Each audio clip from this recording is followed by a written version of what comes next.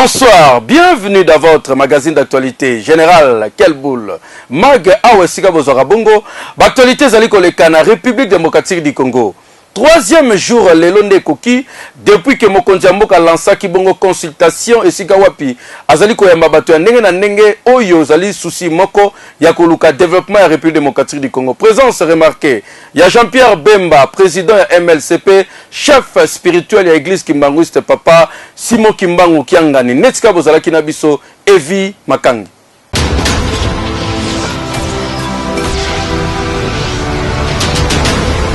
Consultation et chef de l'État ezali ko se poursuivre na palais de la nation. Mercredi 4 novembre 2020 na compte ya troisième journée, président de la République Félix Antoine Tshisekedi ayambaki Jean-Pierre Bemba, président national ya mouvement de la libération du Congo et membre ya plateforme Lamuka. Ayambaki lisusu Simon Kimbangu oyo azali chef spirituel ya église Kimbanguiste, ba artiste comédien, ba artiste musicien, ba association féminine, ba mouvement citoyen. Chaque délégation est ici soutien total na ba consultation ya président de la République. Déjà en marche ya union sacrée pour na kobimisa Congo na crise, na suka ya ba consultation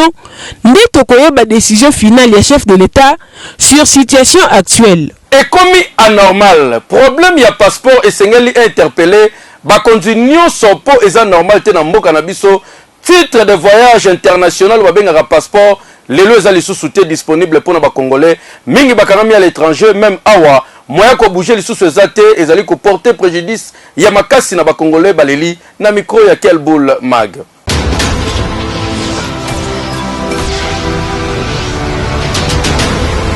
Et sali déjà 4 mois yangoyo RDC livrera les sous-passeport depuis gouvernement congolais à Kataka contrat aux ezali ko lié na société Semlex. Firme Oyo Azwaki marché ya kolivo ba passeport na République démocratique du Congo depuis juin 2015. Kasiti lelo nanu gouvernement etalisi ouvertement te soki marché yango ya ba passeport ba kopesa yango na nani. Situation Oyo ekomi ko pénaliser ba Congolais Oyo bazali koluka ko voyager soit pour na kaya maladie soit pour na makambo etali commerce mingi pe ba o bazali kolinga bongo ko beta DV loterie lokola batie condition ya passeport moyen mutozo ya passeport akende ko tenter chance ezalité ba congolais bazali kolela na ndenge ya kosakana te. Pour na rappel Semlex azwaki copie ya ko livrer ba passeport awa na RDC na durée ya 5 ans oyo esengelaki après contrat ayeba kotika patrimoine awa na République démocratique du Congo pour RDC yemeko abanda kosala bongo ba passeport kaka ndenge bayokanaka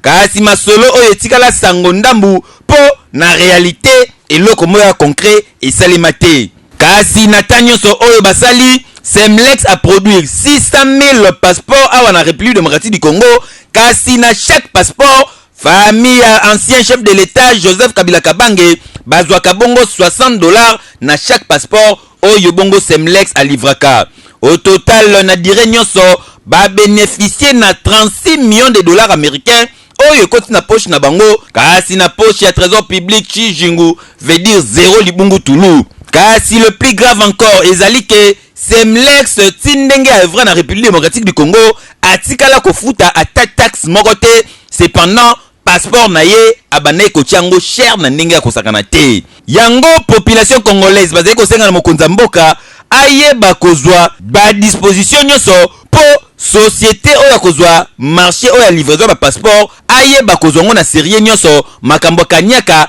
to pe madeswa bana elobana te surtout makamba pourcentage kutu e monana te po passeport na RDC et qui tape ma prix ezaki trop cher et lokola diamant c'est normal te. Ekei bakinois pe na ba ménage belé ba komi ko constater déjà stabilité électricité na ba travaux makasi SNEL azali ko sala na niveau ya Inga 1 pe Inga 2 yango tina ki bongo comité de gestion ya SNEL bakita na niveau ya Inga pona ko tala ba travaux nezali ko salema. Ambassadeur André Alain Atundu Liyongo azali bongo PCA SNEL na ba administrateur bakita ki kuna après visite na bango basala ki point de presse pona ko pesa ba précision oyo.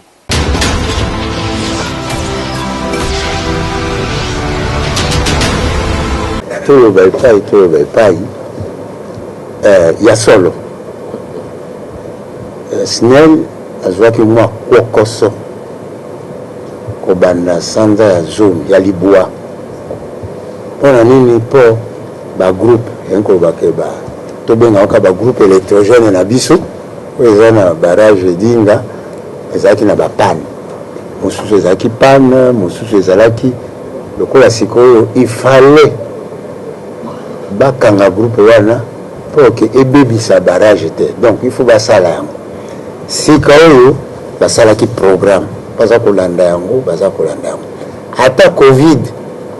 ebungisi epekisaki mwa mosala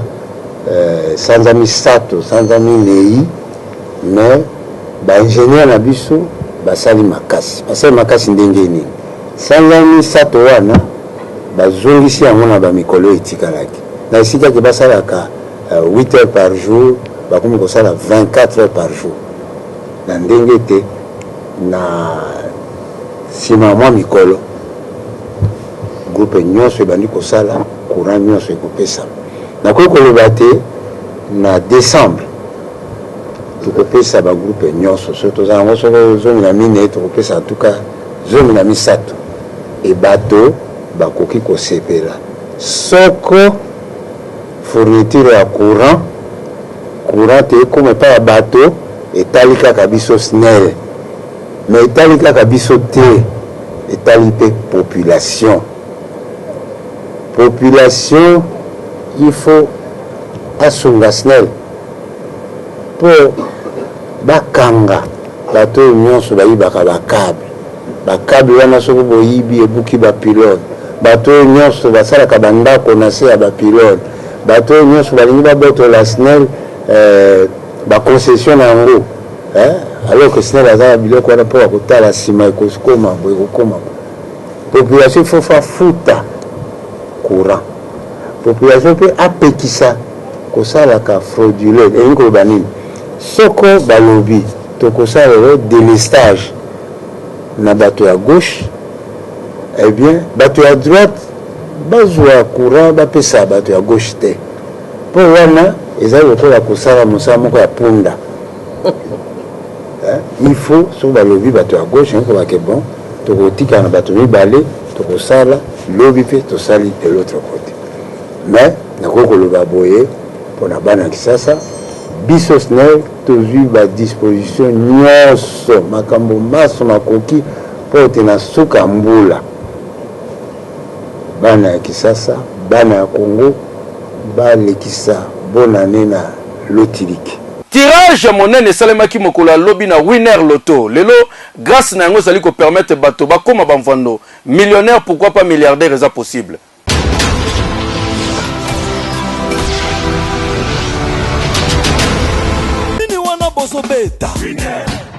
kobonga na Kinshasa pe na Congo eyebani deja pe kombo ezali winner loto occasion oyo lelo ezali kopermettre na bana Congo bana Kinshasa vie na yo se transformer okoma mvandu obonga na vie okoma millionnaire pourquoi pas milliardaire avec tirage à lelo mardi na jackpot il y a 120 467 800 francs congolais ezali monta oyo yo papa mama oyo sombaki tike na yo oponi 5 numéro ya bien puis obakisi moko ya Super Bowl tango mosusu chance ya lelo ezande ya yo ebongo 1 milliard de francs congolais ezali po occasion po na yo papa mama obonga ngala koloba mingi te ngana yo totala nani abetaki combinaison gagnante oyo yoke lokoyo. Très important à savoir, ceci est un tirage qui se déroule sous le contrôle d'un huissier de justice, des officiels winner loto, mais aussi d'un public témoin. Madame, messieurs, d'entrée de jeu, on accueille le premier bon numéro de cette très belle soirée. Le 22 fait donc son entrée. Sortez vos bulletins de jeu, vérifiez si vous avez ces codes loto. Le deuxième numéro n'est rien d'autre que le 31. Avec deux bons numéros, vous avez droit à une ligne gratuite. En troisième position, on accueille donc le 11. En jeu ce soir, un jackpot estimé à 120 467 800 francs congolais. Le quatrième numéro, le 32. Madame, messieurs, fini le suspense. Le cinquième numéro, le voilà donc arrivé, le 16. Plus que le numéro de la super boule. Croisons le doigt, la machine nous sort donc le numéro 9. Revoyons ensemble avec vous la combinaison gagnante de la soirée. Sur vos tickets, madame, messieurs, vous fallait nécessairement avoir le 22, le 31, le 11, le 32, le 16, mais aussi le 9 qui est donc le numéro de notre Super Bowl. Ba numéro Yangwana 22, 31, 11, 32, 16, peu obakisi numéro 9 ya Super Bowl. Soki obetaki yango, bonne chance na yo, et nga yo komi millionnaire. Pourquoi pas comme un milliardaire? Papa et maman yom toyebaki te, somba déjà ticket na yo ya jeu, beta winner loto, moko la vendredi oyo, tant mousou chance na yo. Le prochain tirage est pour ce vendredi. Au sommet déjà ticket na yo. Nini wana boso beta. Winner, yonde mosungi, yonde monvoa misibatu. Que yo. Oui. Sibia Café Jafar et bengi bino ba porte za ko funga ma deve loterie komi na suka. Mokola le 10 novembre oyo deve loterie silibo kene mbango. Mais c'est Jafar azo zela bino.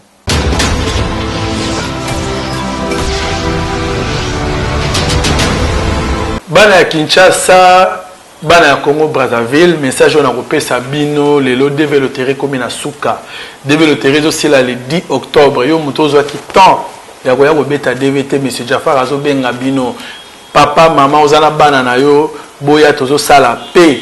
ba samedi na ba dimanche. Nikole tikali ya kotanga le 10 novembre na 15h système et sili. Et puis nazo rappeler bino nsusu boye ba ke deve pona robeta ngo faut ozana passeport. Na yebi ke bazoko sabino mingi pona mama robeta deve na ba carte de lecteur aux États-Unis ayebi angote, États-Unis ayebi kaka passeport yango azo senga passeport na kati ya dossier na yo yango to sengi na bino boza na ba passeport soki boza na passeport te moyen bobeta DV ezalité pona bato o boza na ba famille boza na ba passeport moko o ya papa to ya mama bokobeta na famille mobimba et puis bino bato o bozali na ba intérieur ozana besoin to betela o DV benga biso na ba numéro na biso o ezawana à partir ya musika place ozali to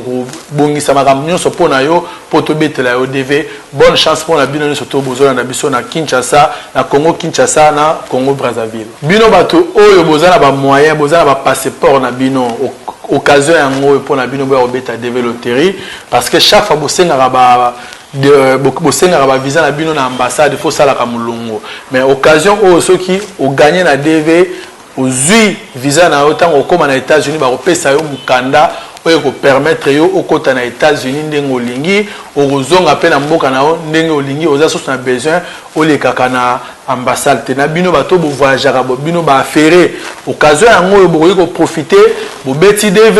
bo gagner et ko permettre bino bokota na États-Unis puis pays moko te ya monde ba kopimela yo visa parce que oza résident na États-Unis donc ezali occasion moko oh il faut bo saisir on peut permettre bino boza na facilité à voyage dans le monde entier boko kuta biso na ba adresse na biso o ya bon marché awa na bon marché to kanami na ro bank pour la masina toza bongo wana na croisement avenue Matankou na boulevard Lumumba en face ya Eucalyptus na restaurant DFC et puis toza les sous na Victoire na rond-point Victoire na immeuble ya PDG Malos to kanami na supermarché Galaxy et puis na Kitambo magasin juste Penea shop Vodacom tozali na gauche ya shop Vodacom place restaurant DFC Zali et puis na Brazzaville bana ya Brazzaville tozali wana na rond-point CCF au Poussani en diagonale ya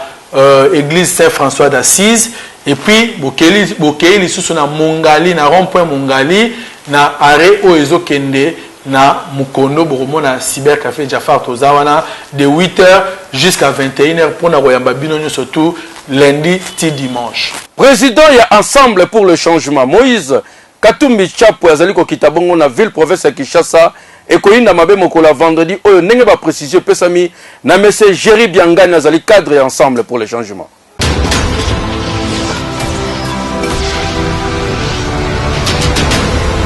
Moïse Katumbi naza ko confirmer yango akokoma na Kinshasa ce vendredi à l'aéroport yango naza ko senga na ba kinwa nyonso to la kisana Moïse Katumbi ke tolingaka ye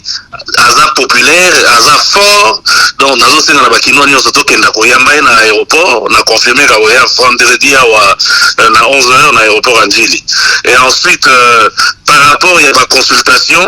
Moïse Katumbi assis à Loba Malanambala que esika nyonso bato bakokutana pour basolola makambo ya Congo pour na amélioration ya vie sociale ya peuple akoya. Donc azwaki invitation à chef de l'État a bengisi na ba consultation. C'est normal que aya pour solola mais toza kosenga eloko ye aza kozela kuna ezate ba pesa ye ba poste to ndenge nde bato baza kokanisa aza koya po ye na président de la République na baninga mosusu baza wana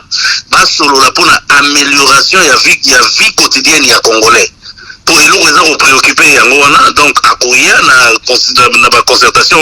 pour appeler sa point de vue, ayo kapé le président Koloba pour total pour améliorer vie ya Congolais la biso. Ba état-major union faisait à tellement l'élo déjà ba caravane partout par na Kinshasa na ville ya Kinshasa pour annoncer la population arrivée à Moïse Katumbi. Et là on a aussi na ba Kinois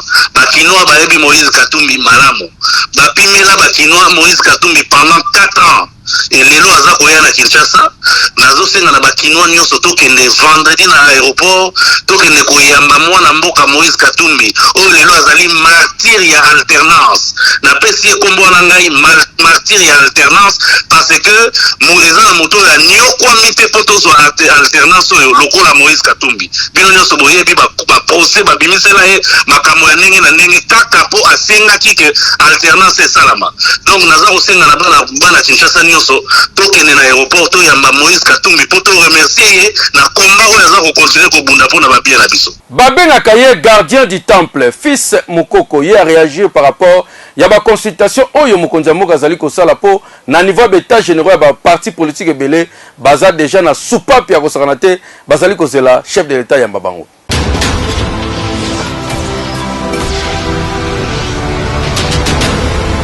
Après ma consultation, na position ya Oyangai association na Kambaka armée des bâtisseurs tisseredistes ABT position na biso to regretta il faut radio moko lobaka eza radio à peuple le 30 au passé le 30 octobre to kenda poto ça la déclaration pour soutenir le président de la République mais radio yango eboyi kolek sa déclaration na biso maintenant to lobaka que rien to banda komba pe na ba radio yango kate bakangela biso pe RTNC mais nous avons eu à lutter. Le problème est de biso ABT tolobi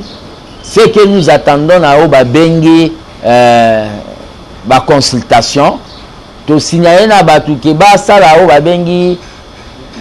confusion entre consultation et concertation ou dialogue. Balongola na mutu na bango que c'est une occasion où il faut ba kende ba zwa ba poste. C'est-à-dire surtout ba politiciens ou ba mona ke politique eza fond de commerce na bango. Donc ba meka kutu te so ko mamba ba poste nga pe fils ngo gardien du temple na obima pona senga yanga poste pona bunda pe mingi na mboko. Deuxièmement, armée des bâtisseurs tisseredistes et lobby que tozozela parce que le premier ministre militant du FCC Ilukamba a ça qui acte il y a une subordination il y a manque de respect à la si kazane premier ministre Mbokate mais à premier ministre Kingakachi c'est-à-dire na acte une subordination là tozo senga na mokonzi mboka tellement que FCC et à la ranango plateforme au babengi majoritaire na parlement tes plateforme électorale et a la personnalité juridique to sengi na président de la République a nommé informateur ou ya kosala réidentification il y a une nouvelle majorité na idée que tous un premier ministre apte et un premier ministre homme d'État c'est-à-dire président de la République a réidentifié majorité pour tous un premier ministre oyo azavuma apte donc Ilukamba mérite ou babengi retraite vie à jeûner donc il faut qu'il y ait une retraite donc on a appelé réforme ya seni yangonde tozo zela nanga doit partir et l'affaire Ronsard là lui aussi déjà na ebisara ke akorevé a otikalo salate on doit mettre quelqu'un de neutre na niveau ya seni kolongola makambu oyo eza ya ba élection ya ba gouverneur na suffrage indirect batia on a suffrage universel, c'est-à-dire ezate mutumo boye akendane ba poto aye nambongone ba provinciaux ba députés provinciaux baza soki o balobi 20 aye na 20 jeep ba commissaire gouverneur a commissaire mboka lokola poche nae. Totikala na dossier à consultation mokonzi mboka zo yamba bato ebele ayambaki pe bongo délégation ya ba syndicat na niveau ya Sinekat Jean Bosco Pounaye na kobima maga kutanangi na chef de l'état mais a continuer ko insister pour na kolobake grève na niveau ya enseignement ko continuer ba enseignant ba kotangisa te tant que solution ezomi nanu te.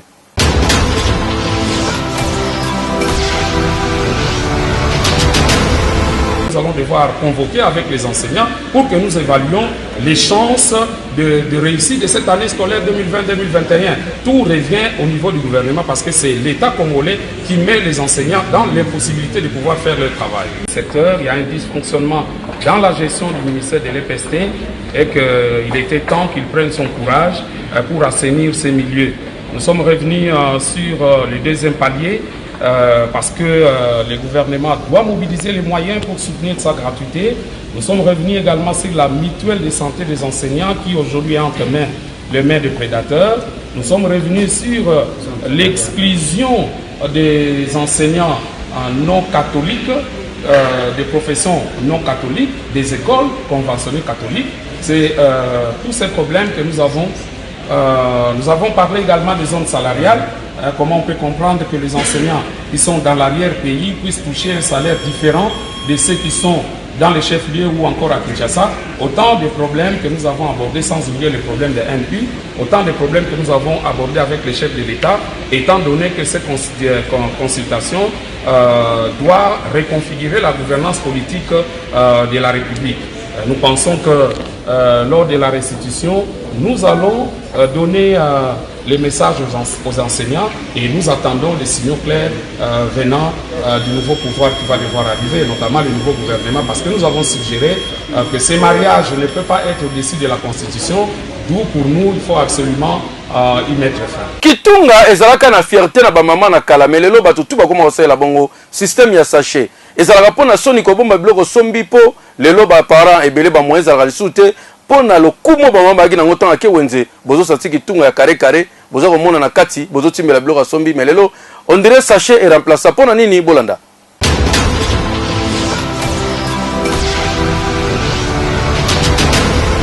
Bamama ya kala babandaka kokende wenze na bakitunga kasi kokamwa lelo depuis révolution ya modernité bamama nyonso baboya na bango kitunga bakoma na bango kaka na basache okotambola na bawenze nyonso ya ville province ya Kinshasa okokuta bamama kaka moko nde bamemaka kitunga neti mama oyo amemi kitunga me ba oyo nyonso batikali kaka na sachet boka communication oyo mama na ngai ete liboso totaki bien lelo tokomi na pasi lelo okozana mwa 2000 francs na yo soko oye na kitunga okotala biloko yango talo na talo Thomson moko 2000 francs Thomson moko 2500 so na kitunga na biloko ni nakutia na kati ya kitunga nango tokomi ko bua kaka ba sachet wana mama na tia moto Thomson nanga moko na kati ya sachet ete pasi komi makasi to soko sombi kitunga otie biloko tala kaka wenzanga lelo mama ya passe ezate ke to la kisaka kaka omemi kitunga munene ou bien kitunga wana ba madusu ezo mona na mwa biloko wana en tout cas vie eza ekomi passe tika to sombaka ta chasser boya e bomba mwa ba secret suite ya conjoncture ya vinde ba mama bakoma na bango kaka na ba sachet po soki okei wenze na kitunga oza na 2000 to 5000 okotia nini na kati ya kitunga en tout cas Fachi Beton tala nanu problème oyo ya social na mboka na biso po okomona kaka ti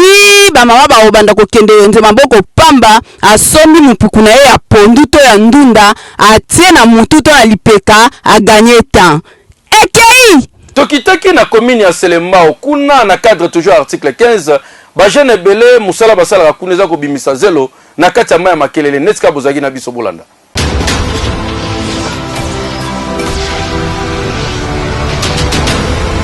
Tozali na maya makelele précisément entre commune Yangali Mapé ya Selembao awe kenda sango ezali bongo carrière ya zelo. Ba jeune o ba travaillaka awa musala na bango ezalaka bongo ko bimisa mabele na kati ya mai o permettra ba tongela yango bandaku simana yango ba mituka ba ben e yaka bongo po na kozwa yango pe ko kende ko déposer yango na ba chantier. Ba bandaka nanu ko bongisa espace yango bakangi mai simana yango nde babandi ko bimisa zelo bache mupanze tangana no mai pe mituka ko ya kozwa na sima. Kasi awa difficulté zalaka makasi soki mvula ebeti bazelu nyoso o bachaka na mukili edindaka lisusu na mai basalaka fausse affaire babanela musala a zéro. Ndenge bozali komona mutuka wana bazali ko charger yango ben plein kasi kombo ya mutuka yango nde intéressé nga bolamu zoba. C'est-à-dire bato ebele o basalaka bolamu kasi na suka efutaka bango mabe ndenge bache na mutuka oyo. Na mupanzi kaka lelo ya mama kelele wana bacha ba passerelle ya ba pont koto yoza ya bambu pona ko permettre batu bakatisa kasi soki mvula ebeti ba passerelle oyo etondaka mai pas moyen. Imaginez bambu oyo soki olati sapato ezalaka glissant kanangi okodinda na mai yoka communication oyo. Ah, tu as commune Selemba ou ngambo wana nde tu ana ngalima rivière makelele biso tu lukana biso mbongo timo na biso zelwa timo na zelu to teka ngo pe na ba camion po elita mabota na biso epesa biso pe makanisa mabete ya okale ya kosala boya ubrake baninga ba mapango pe o eza quelque part awa nde biso utaka boye nde to timo na zelu ebatela rapi ba mapango na moto kama nde to moni wana eza ton par tonnage. Tonnage na tonnage ezaka na prix nango. Bon wana ezaka secret na biso to lingaka nde mutsura ye wana nde to sololi. Mais to pesaka conseil na ba jeune ba linga ko forcer nzoto te ba ofanda na palais ba bendaka ben ba pakola mafuta ba tsara ba poudre ba mipesa na koluka mbongo butu era musala te. Mbongo ba luka ngo na moi. Biso to kemba mais les fils que ozo monana. En tout cas, RDC zali vraiment riche pour bazelo oyo yango nde permettra batonga bandaku kasi na bamikili misusu et kokipe ko servir na ko fabriquer batas pe biloko misusu. Pays riche kasi peuple pauvre. Ekei na commune Kisenso tokutana kida ba mama surtout mama na biso oyo ya spécialisa bongo na kosala kwanga na yesaleli eniemeli ne fineli wana idete ko sepela koliango kwanga ntinga ya tara na ya tsesa epusa na ta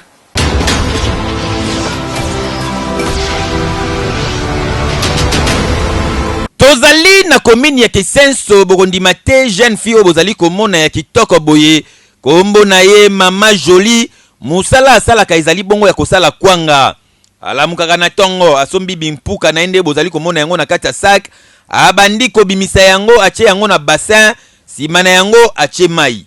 ake nango avandi abandi konyema yango na kati ya kiyungulu pona kolongola mwa ba misisa mwa babiloka makasi po ekota na kwanga te kwanga na ezala liste tango ekobela soki asilisi konyemi na yango kolongola biloka salite azui deja nzungu oyo bozali komona ache mafuta apelisi moto ache yango na moto mafuta échauffé azui bimpuka wana oyo autaki kobongisa ache na nzungu moto ebandi ko chauffer abandi ko dekula yango ne badekulaka fufu adekuli ti ebandi ko changer ma coloration c'est-à-dire ebeli alongoli yango abandi ko kata yango na ekateli ache na bassin akati yango ba mitanda ndenge bozali komona ache na bassin kasi ya kokamo ezali ke bikokoto oyo ezali biloko kobwaka te azolongola yango na mbeli to pe na fourchette kaka nde bozali komona ache mupanzi yango nde déjeuner ya bana mwana na ya utaka classe te ya uti classe aye mbala moko na déjeuner asomi nguba azwi yango abandi kolia yango ndenge kaka lipa oyo baliaka na film ya Yesu yoka ndenge bukanaka kobo ache monguba kobo ache monguba eza na sebe na ndenge akosakana te po elieli oyo jeune fille azali kolia yango soki achango na munoko ezopesa ye sourire elakisi keza na sebe na ndenge akosakana te na mopanzi mama Jolie asilisi abandi konyema lisu kwanga pour la deuxième fois ache yango forme achango na makasa alingi basinga simana yango emataka na moto te emati etoki kwanga ebelaka te ebeli kwanga mungu eleza na sebe na ndenge akosakana te yoka communication oyo kenda tosombiki mpuka toye kopompe eza nde toyungula fufu tolongoli bangenza tosisa po totiango na saki ekiti mai totie na bassin ave tolambi yango nde balamba fufu kwanga mosusu oyo ezalaka ngai ezalaka so toke somba toye topompe yango topompe nde bayungula fufu so totiango na saki ekiti mai tolambi mpe kaka na mokolo wana yango ezalaka ngai. En tout cas kosala kwanga ezali musala ya makasi esengaka mutu asala yango avec volonté kasi na suka na yango bato baliaka kwanga bayebi te pasi oyo mutu auti kosala yango ndeti mama Jolie musala nyonso asalaka yango yo kwanga na ye pembe lokola lituma ya mame yenga ekei. Merci, plaisir oyanga eza koyeba ke bozo continuer kosala confiance na quel boule mag awesika bozali kozwa actualité nyonso zali koleka na République démocratique du Congo. Tika topesa merci na bandeko bazotela biso partout na poto pe na Canada précisément esika pi chaleur akemba alandaka biso mingi awa topesi mote na Fiona Star mwasi kitoko oya préféra quel boule mag ekeyo oui